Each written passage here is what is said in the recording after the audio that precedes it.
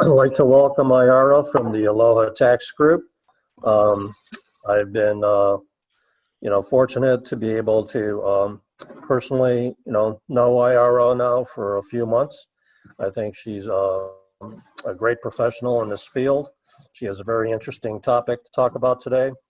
And so with that, I'd like to turn it over to her. Good morning, everyone. Thank you, Frank Shapansky, for the invitation and for the introduction as well.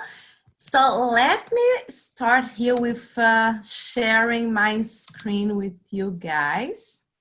We ran some tests. Okay, here we go. See? Okay, is it on for everybody, right? Okay. So today we'll be talking about the COVID-19 crisis and the tax consequences. Hopefully most of the tax consequences are good ones, okay? So don't worry about that. First, I'll introduce myself. My name is Iara. I'm originally from Brazil, and that's where the accent comes from as well. I'm a licensed enrolled agent tax advisor here in the United States. A certified acceptance agents here in the United States as well. In Brazil, I'm a business and tax attorney at law. I still have a small practice over there. And I'm the proud owner of Aloha Tax Group located upcountry Maui. I'll go through a small disclaimer over here just to let you know that nothing in this presentation should be interpreted as a legal or tax advice, okay? This presentation is intended only to help you to better understand how the CARES Act that was created due to the coronavirus crisis may affect your taxes in 2019 and 2020. Just understand that the IRS guidelines are still not 100% clear about if the grants should be taxable or not. So the material that I'm presenting here to you today may change completely until the end of the year. So this information is not intended to substitute for any professional legal tax advice. And if you have any questions, of course, you'll have the Q&A on the end, but I suggest that you go to your tax advisor as well and bring these questions to them in your specific case, okay? So just to recap, what is the CARES Act? So CARES Act means the Coronavirus Aid, Relief, and Economic Security Act that was passed by Congress and signed by Trump on March 27, 2020. And it's a $2 trillion economic relief package to help and assist American workers, families, and small business. A lot of things for small business, actually. So here's the thing, most likely your 2019 and 2020 tax returns will be affected by the CARES Act if you're an individual, all of you are individuals, or if you are a business or have a business, and doesn't matter if it's a single member LLC, S corporation, C corporation, partnerships, most likely you'll be affected by these changes. So what I did here, I'm mixing a little bit in order to engage you more. I'm mixing the benefits for individuals and business. I did not separate benefits just to individuals and just for business, okay? In order to keep you up with me, because I know when you're talking about taxes, some people get distracted over here. So let's go to some common questions. Question number one, I received a stimulus check. Oh, I know what happened here. So sorry, guys. Well, something happened here that it did not. Let me just go here. It did not go to the slideshow. So let me just go fast forward here, okay? I know there is something that was kind of strange. Okay, let me just go here. Okay. Question number one, I received a stimulus check from the federal government. Will this amount be taxable in my 2020 tax return? Yes or no? The second one, I'm a self-employed. Oh, by the way, how many of you own your own business over here? Can you raise your hand for me? How many of you? Okay, I see a lot of people here. Second, I am a self-employed or a business and I received up to $10,000 a loan advance grant from the SBA. Will this be taxable? And the second one, let me close here. I am a self-employed or a single member LLC filing taxes as a self-employee, and I am receiving unemployment benefits from PUA. Will this amount be taxable? Let's go through the answers. The good news, and probably most of you already know, it is that your stimulus check, the one that was up to $1,200 for single and $2,400 for married filing jointly, and up of $500 for child, that amount is not taxable. And the IRS is very clear about that. It's tax-free, so good news. But I know a lot of you did not receive the check because your income was above the amount. You made more money than you could in order to receive this check, or you received a smaller amount. Now, regarding to the SBA grant, I'm sure some of you took the grant or you know somebody that took. This is the one that is up to $10,000, right? If you're a single member LLC or S Corp, you would receive $1,000 advance, up to $10,000 if you have 10 employees or more. This up to $10,000 grant, there is a big controversy is if it will be taxable or not. But I'll tell you something. If you go to the IRS website, even though there is not a valid guideline, but if you go to the frequent questions and answers, the IRS says the receipt of a government grant by a business is generally not excluded from the business gross income and therefore is taxable. So far the IRS understanding is that grant amount that you received will be taxable. Now, here's the issue. As a tax professional, we need valid guidelines in order to follow IRS position. This is not a valid guideline. And because it's not a valid guideline, it's just frequently questions and answers. This can change until the end of the year. What I suggest it is, especially if you're on the 10,000 side, it is okay, consider as a taxable income, and if it's not taxable, you'll be fine. The other one is unemployment benefits, because I know there are a lot of self-employed people receiving unemployment benefits, and unemployment benefits are always taxable. And it's interesting because when you are unemployed and you file for unemployment, you have the option to ask them to withhold your taxes. You have the option to do that. But for the unemployment for self-employees through PUA, most people did not have the option to withhold taxes. So this means you have people having an income through unemployment higher than they even had from their own business, and they think they don't need to pay taxes, they think they don't need to save money for taxes. So be aware of that. If you're the one self-employed receiving unemployment, or you know somebody in this situation, just alert them that the amount is taxable, and if it's not being withheld, when tax time comes, you gotta pay taxes, or even more. You should be sending estimated taxes during the 2020 tax year. So let's go here. If I'm going too fast, please let me know. I know I already have an accent and sometimes I tend to go too fast. You can say, yeah, slow down. You just let me know. But here are there's another question here. So besides the SBA grant, let's say that you took the EILD, the Economic Injury Disaster Loan, the SBA loan. And there is a question, is the proceeds from this loan taxable? And the other common question it is, I'm a business with employees and I applied for the PPP loan. This is the Paycheck Protection Program. Will the PPP loan be taxable? And guys, I'll tell you, this is when you need help. This is when things start getting a little bit complicated, and this is when your tax professional will suffer a little bit on the 2020 tax season. So ask help for that one.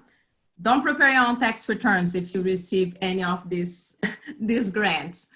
Let's talk about the SBA loan. So a SBA loan, like any other loan, is not taxable, okay? So this is good. The grant that you received that's up to $10,000 is taxable, but not the SBA loan.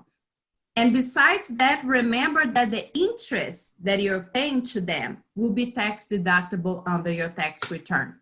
So this is good.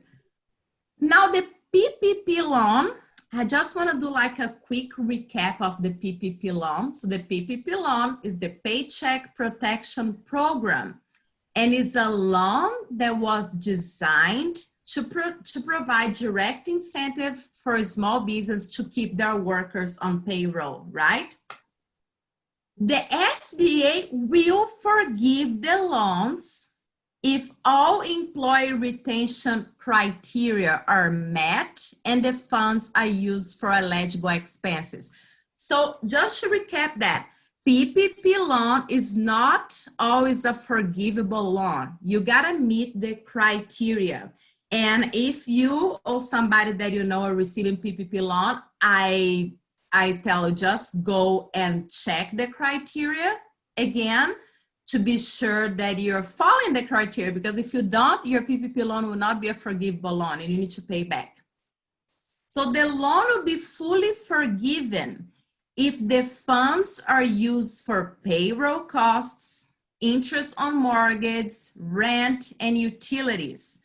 But remember that at least 60% of the loan amount must be used for payroll. So this is very important in order for you to qualify. You might ask, well, what about if I don't qualify? What about if I committed some mistakes? I didn't put 60% of these loan funds to my payroll. What will happen? Well, you may still have part of the loan forgiven, but the other part of the loan you need to pay back. And the interest rate is pretty low. It's a 1% interest rate versus a 3.75 interest rate on the SBA loan. So the PPP loan interest rate is much better. But you want that loan to be a forgivable loan. And why do you want that? Because the CARES Act spells out that the forgiven loan amount will not be included in taxable income. This is huge, that will not be included in taxable income. Now, bookkeepers and tax professionals might have a hard time with that while they're preparing their books, because, and I know some of you know about that, because when you have a loan, you got to put under a business liability, right? It's a liability. But when your loan is forgiven, well, it becomes income, a non-taxable income, and then you need to change that inside your books. So you gotta be careful with that in your business books, and talk with your bookkeeper or your tax professional. Okay, so this is a fun one. You probably heard about that one. And this will benefit individuals. So if you have an IRA retirement account or other qualified retirement plan, and you're less than 59 years and a half year old, okay? And you say, well, I really need that money. I need to take money out because the COVID-19 really messed up my financial life. I want to take money out of my IRA, but I don't have the age to not be penalized. Usually you would have a 10% penalty on the early withdrawal from a retirement account, but this 10% penalty will be waived for up to $100,000 of distribution. So this is another huge advantage. But remember, this is so important. If you decide to take money out of your IRA, remember to tell them that it's for coronavirus related purpose. It is important to let them know that it is for coronavirus related purpose. Because here's what happens when you take money out of your IRA, and you probably know that, they'll send you a Form 1099-R. The Form 1099-R says how much was the distribution, says if the amount is taxable or not, and says the distribution code. Probably they will create a distribution code that says distribution for coronavirus related purpose. And this way, the tax software will not calculate the 10% penalty. So I'm imagining that this is what will happen. So you want to let them know, I'm taking this for coronavirus related purpose. In addition to that, something that will really help a lot of people, it is, let's say that you took $100,000 in 2020. And remember, so far, this is for the year of 2020 only. So you took $100,000 out.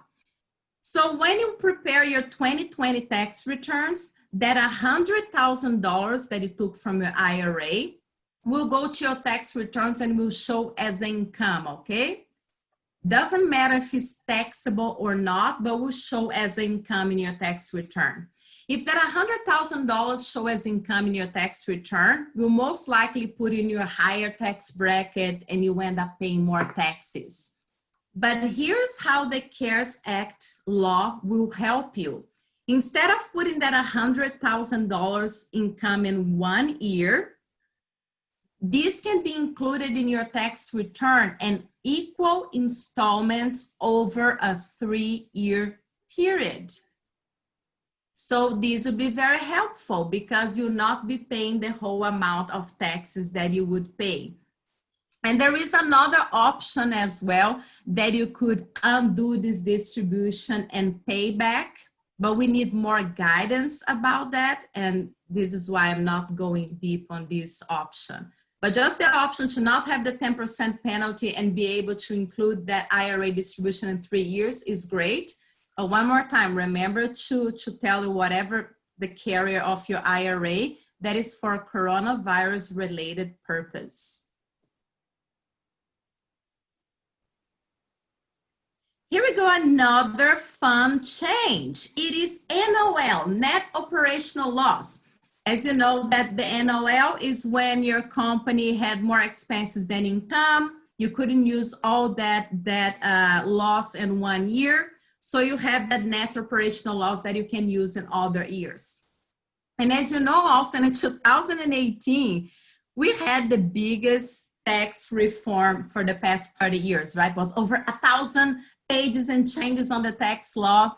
And that change on 2018 says that you could no longer carry back your NOL. And this was such a good tax strategy for tax professions. And it says you no longer can carry back. Now, the CARES Act came saying that now you can carry your NOL back. So this means if you had a net operational loss from the years of 2018, 2019, and 2020 tax years, you'll be able to carry back that NOL to up to 5 years, beginning with the earliest year first, okay? This is great because you might end up having a tax refund if you do that. This is a good tax strategy if you own a business, and I see a lot of you own your own business or is part of a business. Ask your tax professional about that. Take a look in your tax returns because this can bring you some refunds. Another one, if you own a non-residential property or you know somebody that owns a non-residential property, you may benefit from this change in the tax law as well. The CARES Act says, and this is retroactive to 2018 as well, that qualified improvements made on this non-residential property can be write-off, 100% write-off, depreciating in 1 year, 100% of that amount in 1 year. And this is huge as well, people. Why? Because in 2018, the law changed and said that you could not do that. You're not able to do that. Now you're able to do that. So let's say if you own a non-residential property and you made big improvements on that property, this is a rental property, big improvements in 2018, 2019, or 2020, you will be able to write off 100% of that amount as a bonus depreciation. And this can be a huge tax savings as well that was brought by the CARES Act.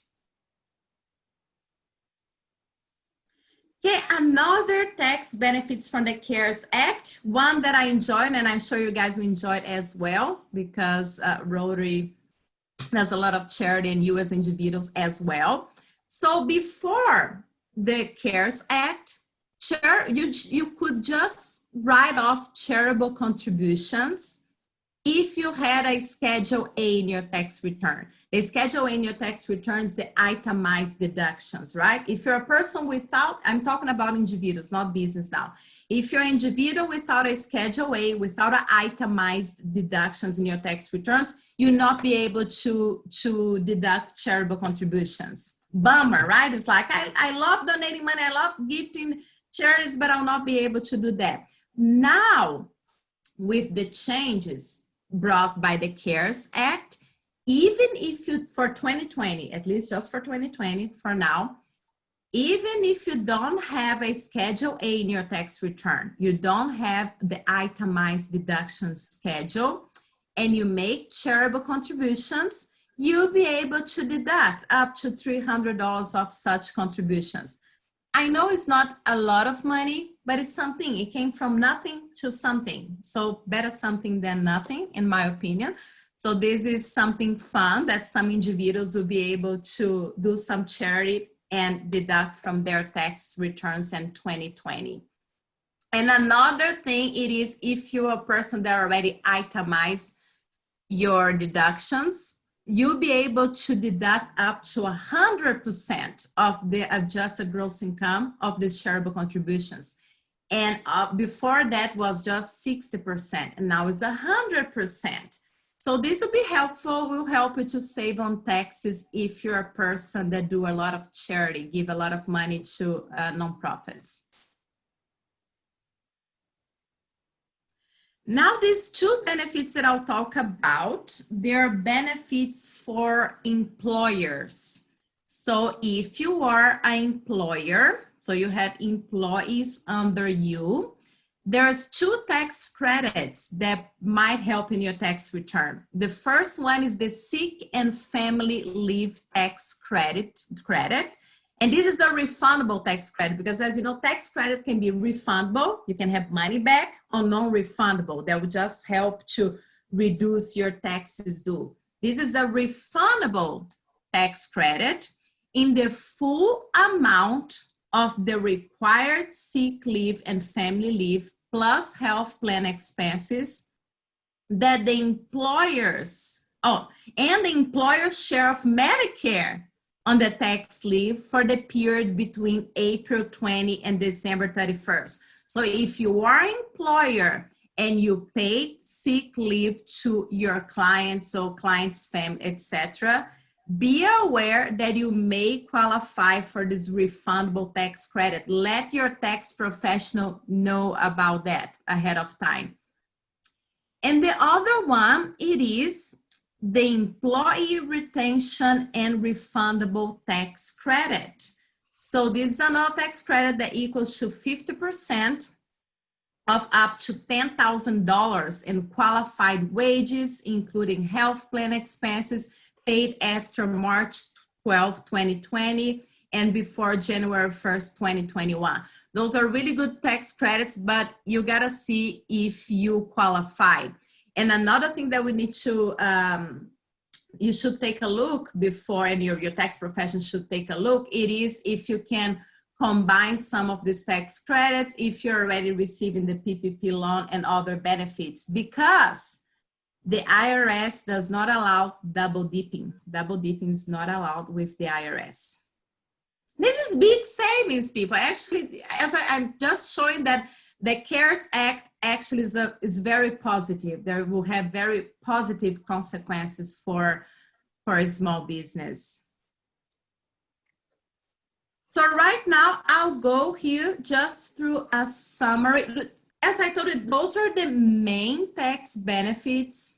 There are others, okay? Tax benefits and tax consequences. I'm just going through the main ones and the one people have most questions, but let's go through a summary over here.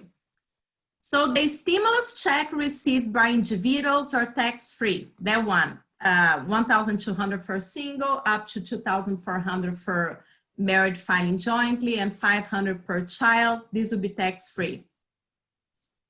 Unemployment received by self-employees. This is a good thing because before self-employed could not receive unemployment. This is something that the CARES Act brought, is fully taxable. So if you're receiving that, make sure to save money for taxes or include that in your 2020 estimated taxes.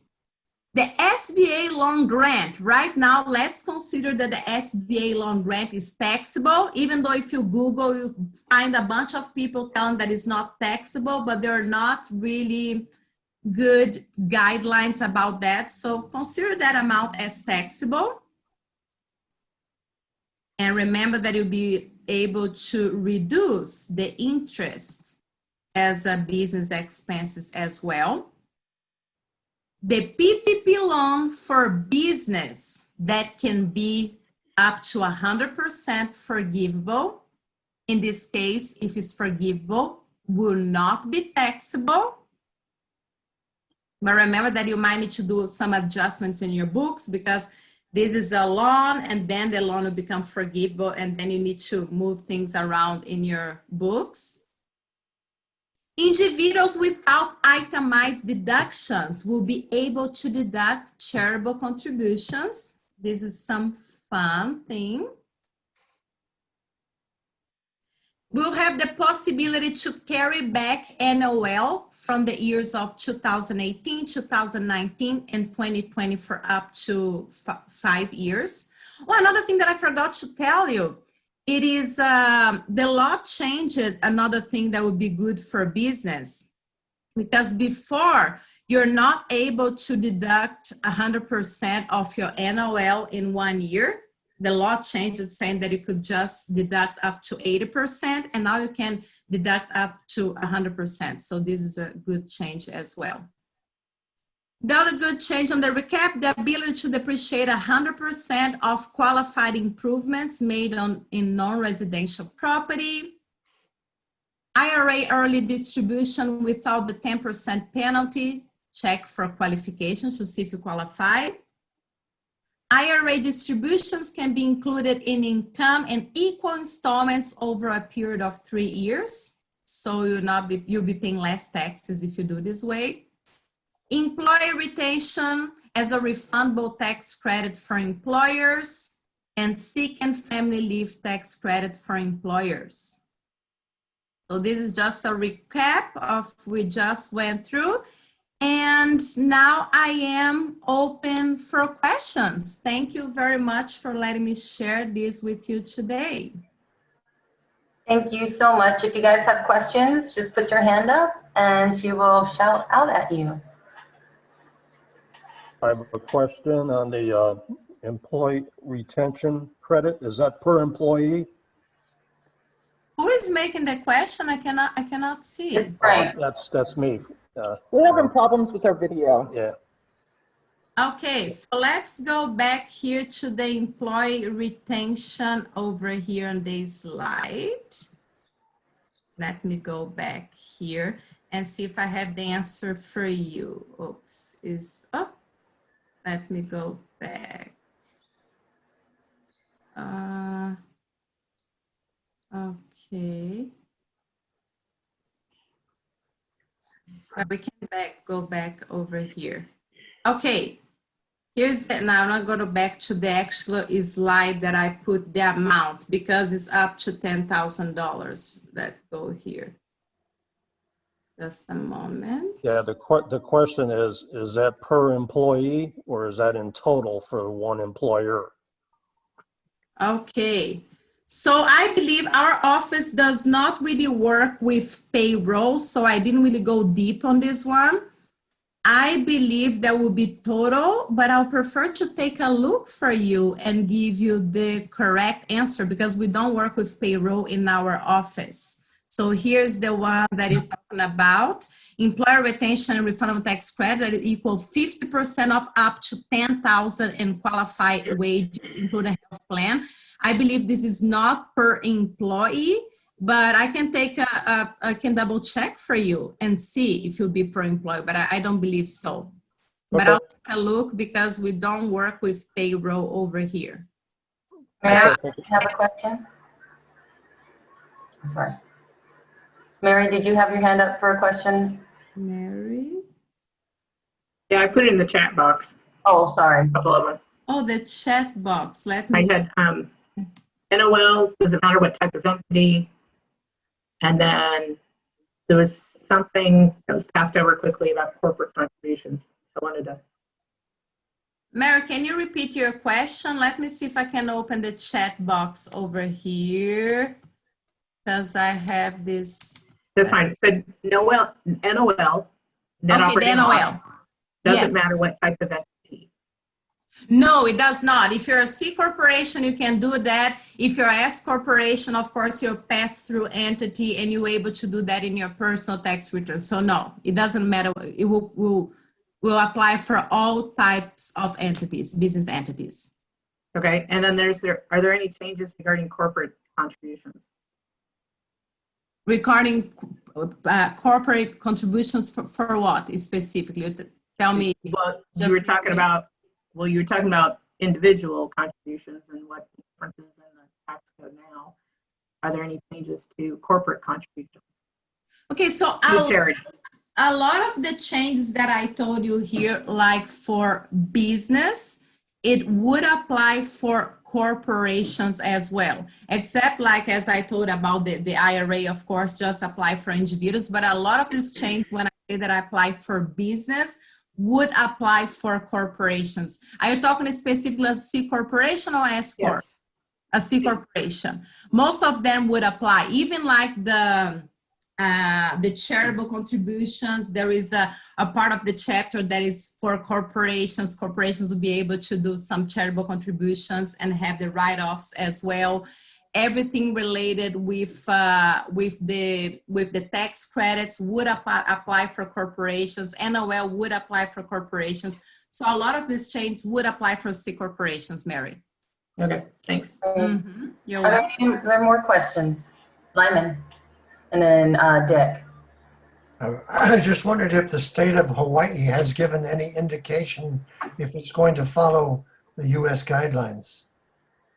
Well, it had, at least for the grant, for some of the grants, but one more time was just indications, was not even written into law, and that's why I didn't bring this to you.